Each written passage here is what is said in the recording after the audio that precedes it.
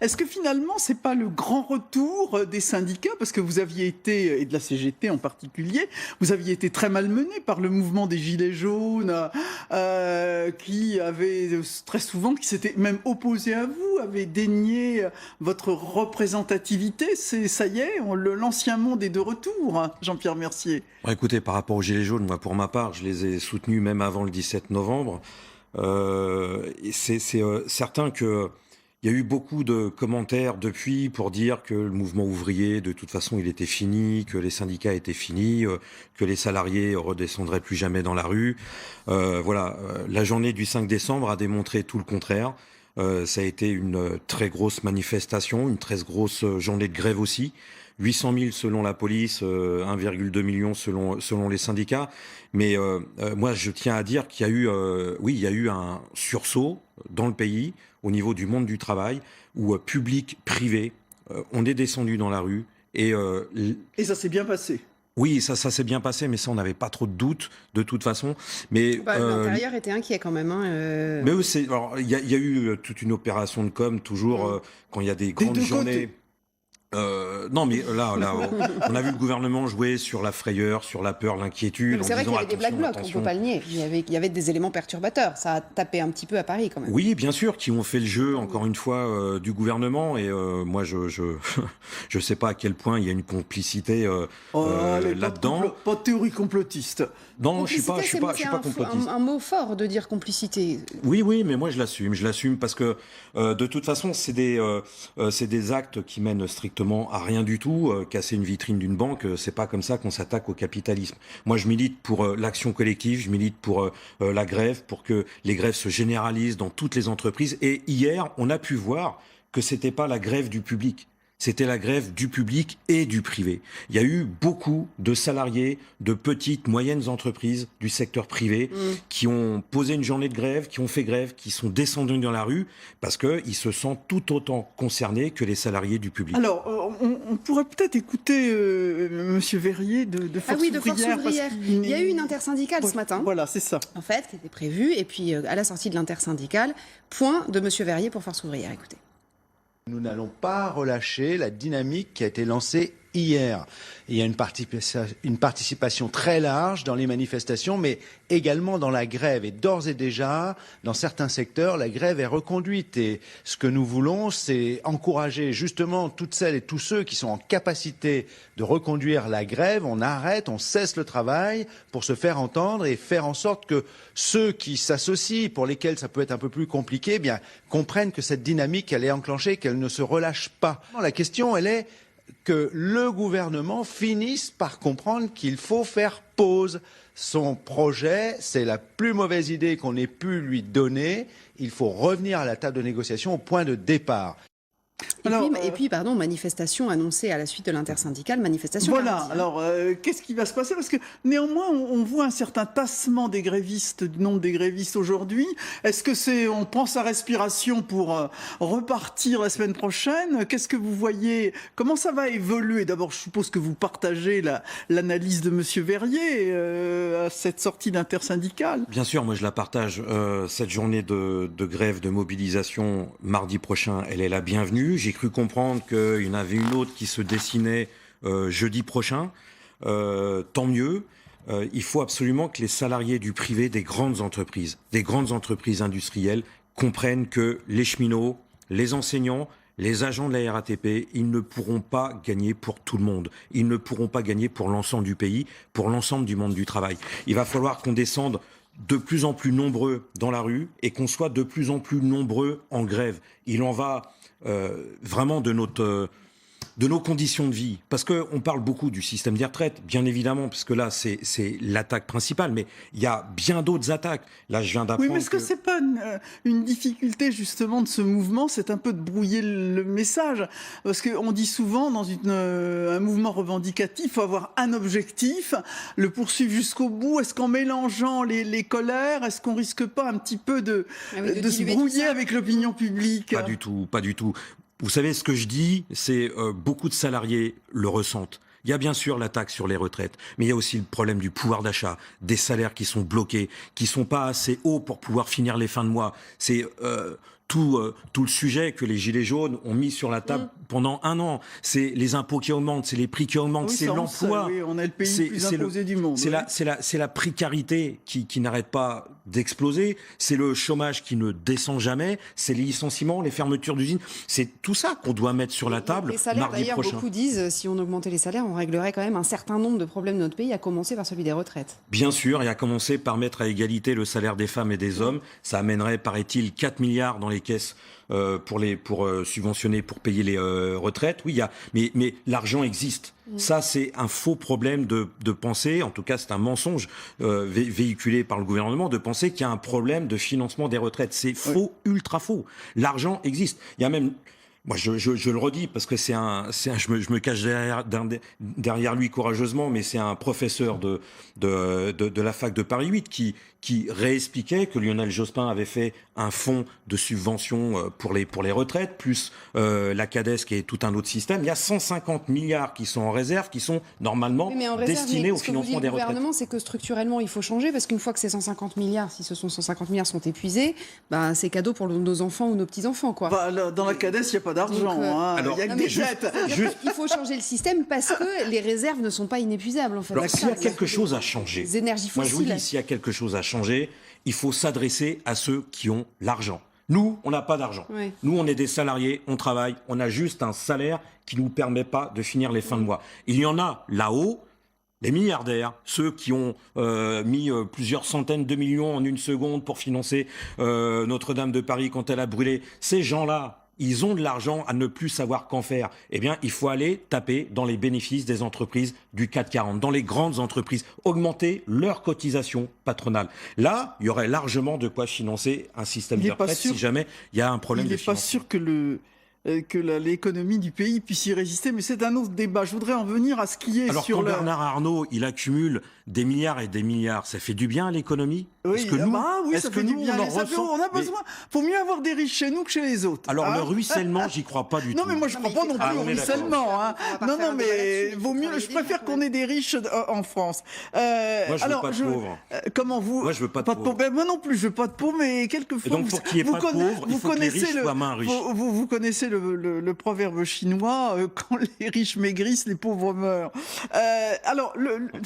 Et oui, quand il y a aussi une adhésion de l'opinion publique, on le voit au mouvement, chacun, je ne sais pas si le terme de grève par procuration d'ailleurs reste valide, mais enfin bon, apprenons-le pour ce que c'est. Le gouvernement risque gros, mais les syndicats aussi risquent gros, le mouvement risque gros, parce que on voit bien que le mécontentement s'accumule. La vie n'est pas facile pour les usagers, ils n'ont pas de moyens de transport, c'est quand même très compliqué. Est-ce qu'à la fin, une journée de grève, ça va, 2, 3, 10 journées de grève, ça va commencer à renauder, comme on dit chez moi. Vous mettez le doigt sur un problème qui est très réel, c'est la prise de conscience générale que l'ensemble des salariés, qu'on soit du public ou du privé, qu'on doit faire, c'est prendre conscience que si on ne descend pas dans la rue, si là, on ne prend pas cette occasion qui nous est offerte par cette attaque d'Emmanuel Macron pour défendre nos conditions de vie, ils vont nous dépouiller. Ils vont... J'ai l'habitude de le dire, je parle comme ça dans l'usine, ils vont nous mettre à poil. C'est-à-dire qu'ils vont nous dépouiller de l'ensemble de nos droits. Oui, c'est des journées de grève, c'est des journées de salaire qu'on va perdre, qu'on doit perdre. Mais c'est un investissement pour nous. C'est demain avoir un système de retraite où on arrête de travailler de plus en plus longtemps pour finir à avoir une pension de retraite de plus en plus misérable. Vous entendez les enseignants qui disent on va perdre plusieurs centaines d'euros par mois. Hier, Jean-Michel Blanquer était face à une enseignante sur le plateau de LCI qui lui disait exactement ce que vous disiez et il lui a dit mais madame, je ne sais pas comment vous dire que ce que vous dites est faux. Je vous dis que non, vous ne perdrez pas. Alors elle était évidemment, elle disait mais monsieur le ministre, elle disait je n'ai rien d'autre à vous dire que ma bonne foi. Alors évidemment c'est compliqué de se dire, il dit que c'est faux mais il dit pas ce qui est vrai. Donc quelquefois, j'ai lu un certain nombre de tracts de la CGT, vous avez quand même quelquefois un peu tordu la vérité sur un certain nombre de chiffres. Parlons cash. Le système à points, c'est un bon système qui va nous faire augmenter nos pensions de retraite. Tout le monde est convaincu du contraire. Le système un point, c'est pas parce que ça veut dire... est convaincu que c'est faux. Bah, ça dépend qui fait la gouvernance. Moi, je vous Regardez, dis... Agir Carco, c'est gouverné par les organisations syndicales et ça fonctionne très très bien. Moi, je vous dis... Si la gouvernance est donnée aux partenaires sociaux... Écoutez, Tout dépend de la valeur du point. Je suis désolé, j'ai 51 ans, j'en ai vu des gouvernements, j'en ai vu des présidents de la République qui, quand ils étaient dans l'opposition, c'était les belles promesses, et quand ils arrivent au pouvoir, tous, ils nous ont fait les poches. Et la valeur du point, je vous fiche mon billet, que de toute façon, il va baisser et que nos pensions de retraite vont baisser. Mais non, ça condamne pas c'est le principe de réalité, Madame Bachelot. C'est le principe de réalité.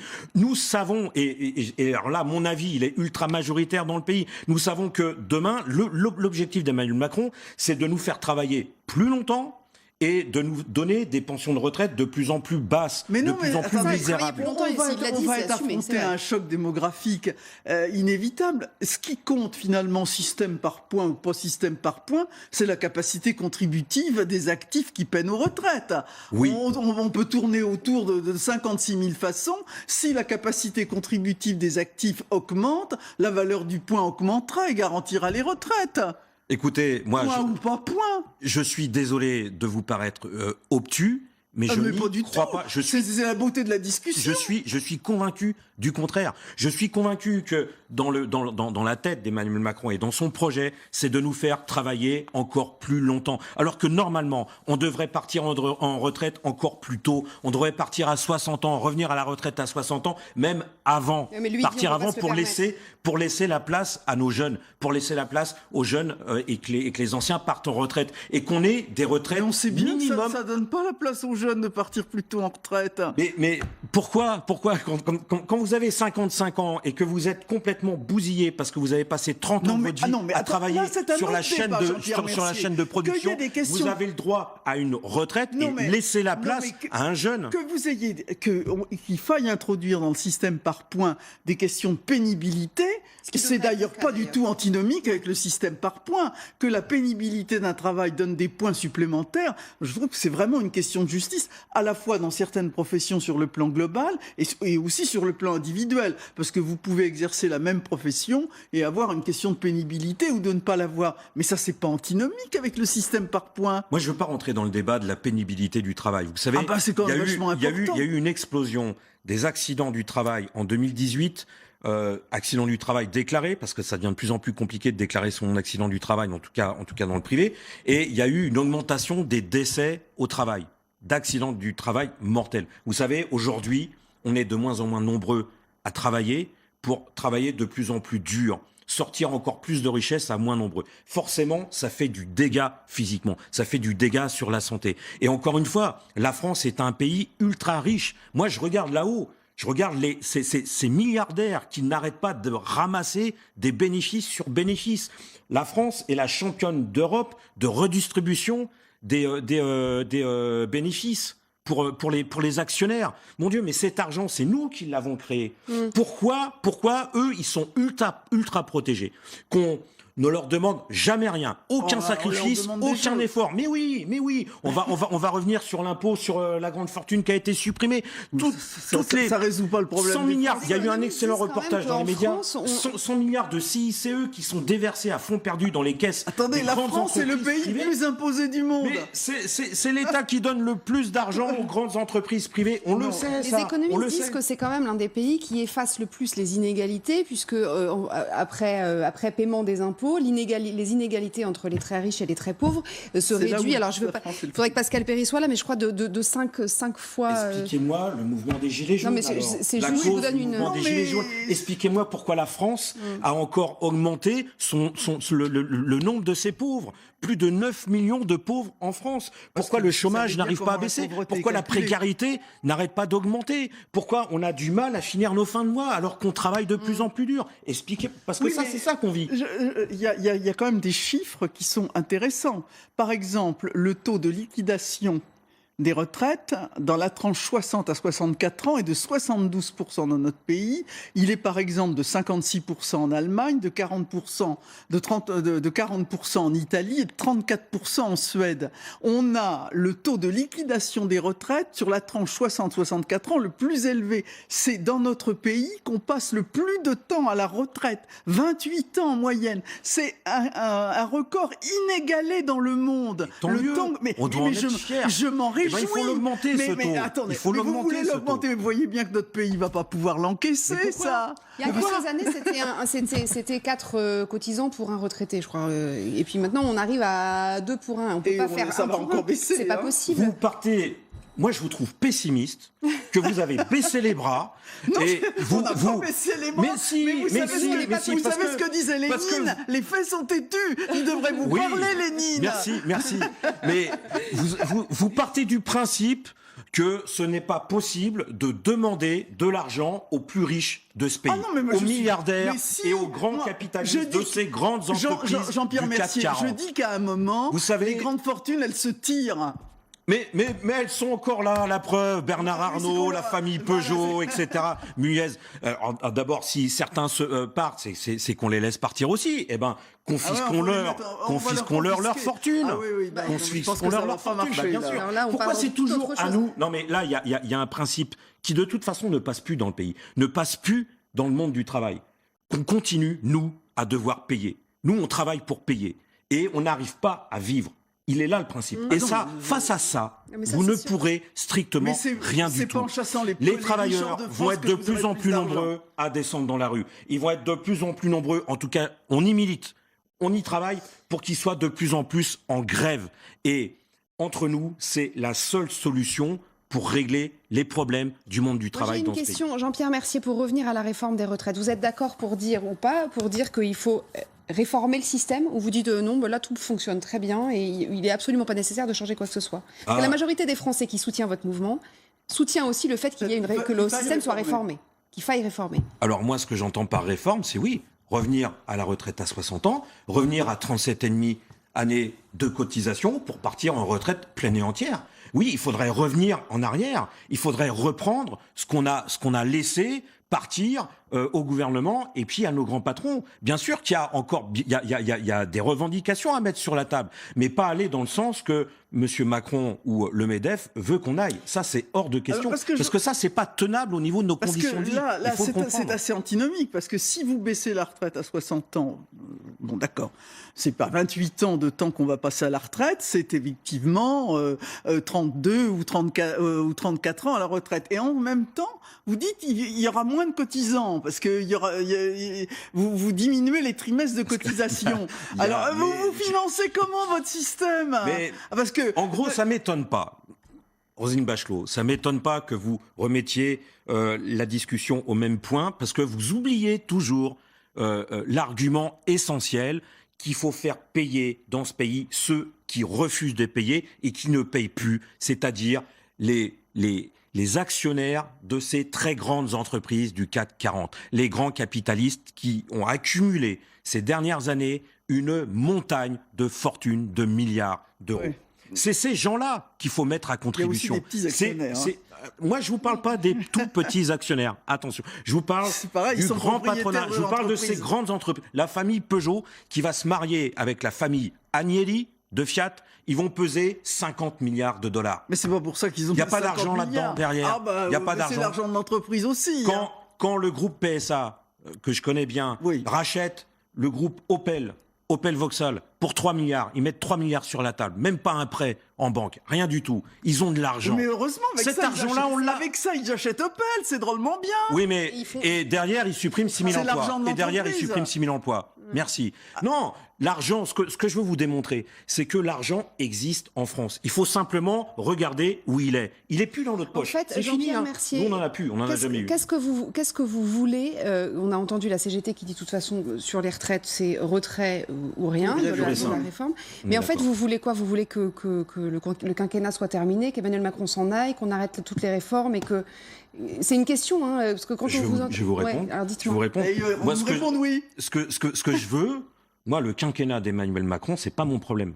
Moi, mon problème, c'est toutes les attaques que l'on a subies ces 10 dernières années, ces 20, ces 30 dernières années, avec tous les gouvernements de gauche et de droite qui se sont succédés, ça doit s'arrêter. Et pour s'arrêter, oui, il faudrait qu'il y ait dans ce pays... C'est quoi l'alternance politique que vous souhaitez? Alors, l'alternance politique, moi je suis pour que, vous savez, le monde du travail, tous ceux qui n'ont que leur salaire, que leur allocation ou leur retraite pour vivre, bah oui, ça serait à eux de prendre les commandes. Ça serait à eux d'imposer leurs revendications. Ça serait à eux de contrôler ce qui se passe dans les grandes entreprises, de contrôler les décisions de ces grands actionnaires, de licencier ou de pas licencier. Globaux, parce qu'on voit bien... mais j'ai pas fini, parce que juste, je vous coupe la parole. J'ai une autre question à vous poser. Oui, là, moi, vous savez, le quinquennat d'Emmanuel Macron, c'est pas mon problème. Vous en avez rien à cirer. C'est que, en tout cas, j'y pense pas quand je me rase le matin. D'accord. Mais vous n'êtes donc pas candidat à la présidence. Vous savez, si ce mouvement, il devait prendre de l'ampleur, si on était de plus en plus nombreux à descendre dans la rue, et on va voir mardi, à se mettre en grève, et y compris que cette grève, elle gagne les grandes entreprises industrielles du privé, eh bien ça pourrait redonner confiance, ça pourrait donner du courage à l'ensemble du monde du travail pour faire stopper les sacrifices, faire stopper les efforts, faire stopper les attaques, pour après imposer nos revendications, nos conditions. Je pose la question, je voulais en venir, c'est quel projet politique derrière ça? Parce qu'on voit bien qu'il y a une tentative de récupération politique. Ah, tous les gars, tous les partis, pardon, c'est un peu trivial ma façon de m'exprimer. C'est pas grave. Surtout qu'il n'y a pas que des gars là-dedans.